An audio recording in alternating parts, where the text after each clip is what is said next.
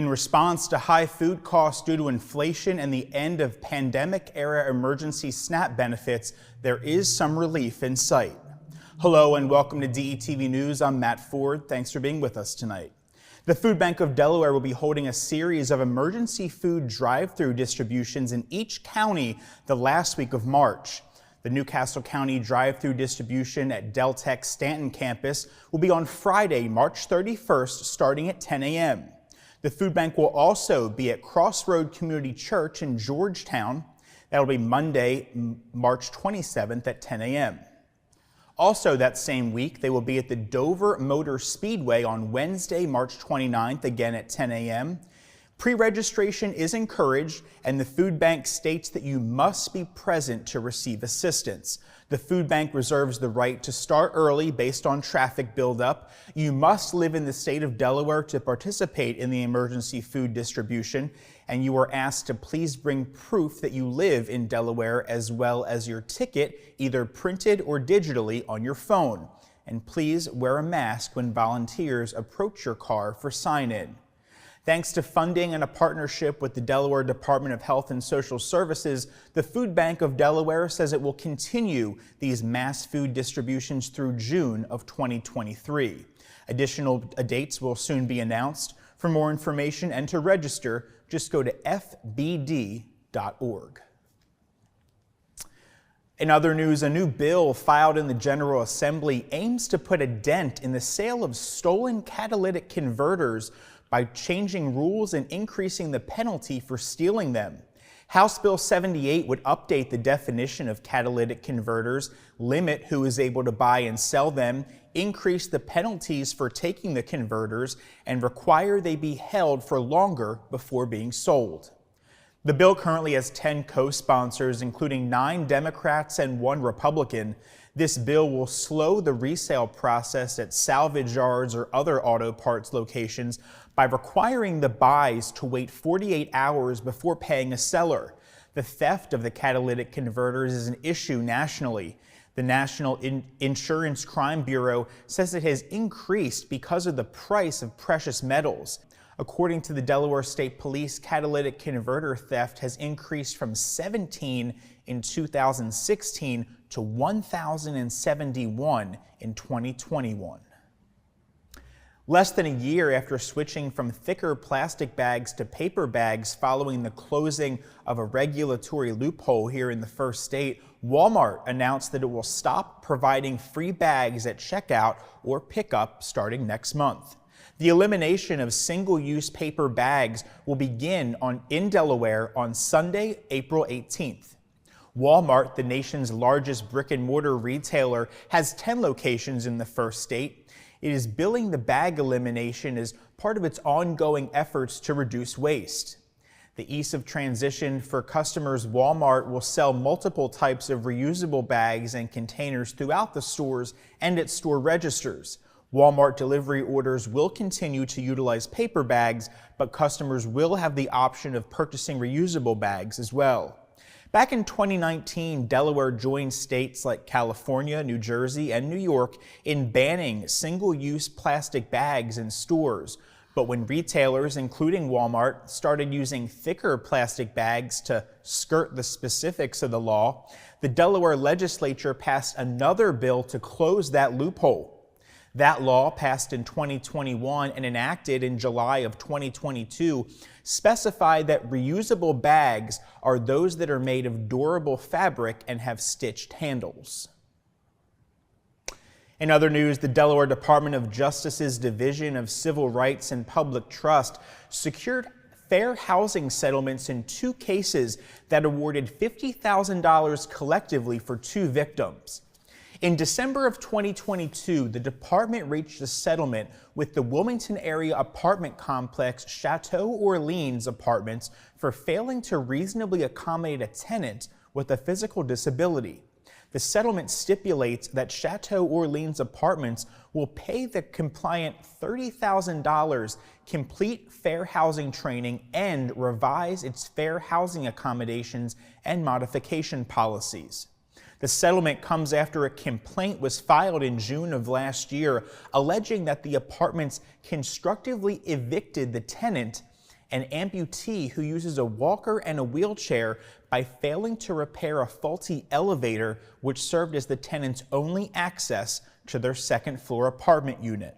An investigation found that the apartments allowed the disrepair to continue for more than 4 months, forcing the tenant to find alternate housing.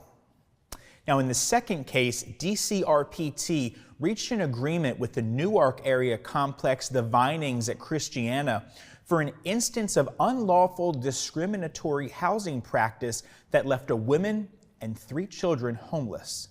According to the settlement, the defendant will remit $20,000, complete fair housing training, and update its public-facing advertising material and fair housing policies.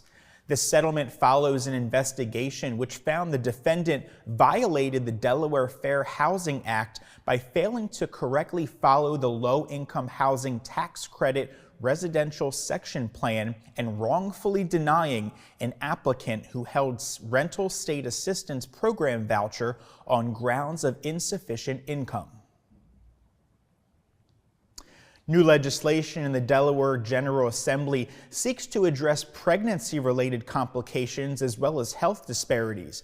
It involves covering care offered by doulas. A doula is a trained, non-clinical professional who is often sought by Black parents who are expecting a child.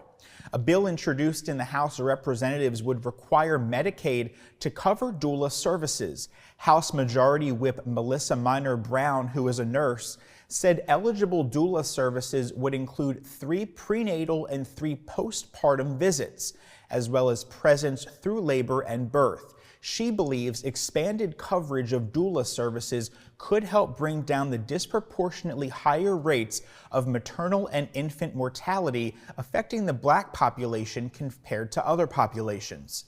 The Division of Medicaid and Medical Assistance would be required to establish a certification process and set a reimbursement rate for doula services. Mark your calendars, Delaware State University is holding their spring open house on April 1st.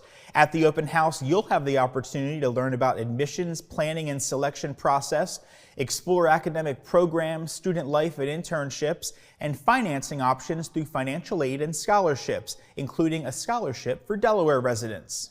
Attendees will also learn how they can get an early start on their college career by participating in the Summer Academy. DSU deans, chairpersons, and faculty members will also be there to answer questions. Each person in the family or group attending must pre-register for this event, and children are discouraged from attending. And while you have your calendars out, the Latin American Community Center will be holding its free annual health fair later this month. There will be free screenings and resources for diabetes, clinical breast exams, COVID-19 testing, HIV testing, as well as dental and nutritional screening resources available. There will also be Wawa gift cards raffled off each hour. The event takes place on March 27th at 301 North Harrison Street here in Wilmington. For more information, you can call or text 302-393-1172. As part of the 2023 Earth Month celebration in April, the Delaware Department of Natural Resources and Environmental Control will join the Christina Conservancy and Partnership for Delaware Estuary to mobilize volunteers to pick up trash in northern Delaware during the annual Christina River Watershed Cleanup.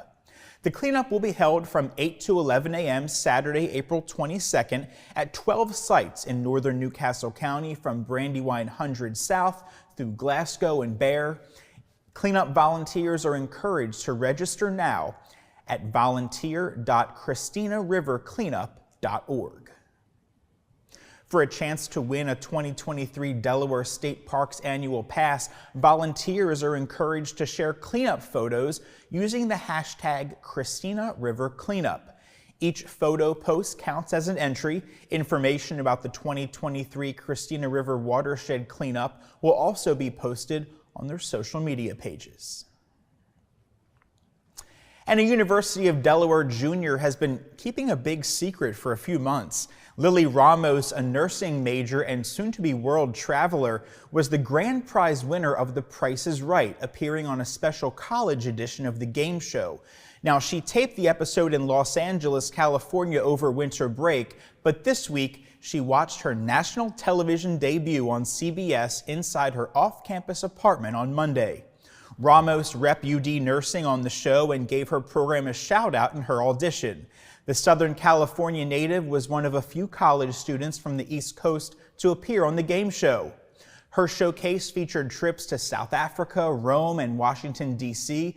She estimated that her trips cost about $24,000. Ramos, whose only international trip has been to Mexico, said she plans to take the trip to South Africa with her lifelong friend Kevin, who's the one who actually convinced her to audition for the show in the first place. She also plans to visit Rome with her mom. Ramos said travel will give her a global perspective and make her a better nurse. As part of her winnings, Ramos also took home over $1,000 in cash. Congratulations. Well, that's going to do it for this edition of DETV News. Be sure to follow us all across your favorite social media platforms and take a look at our website. That's detvch.com. With this edition of DETV News, I'm Matt Ford. Stay well. We'll see you again soon.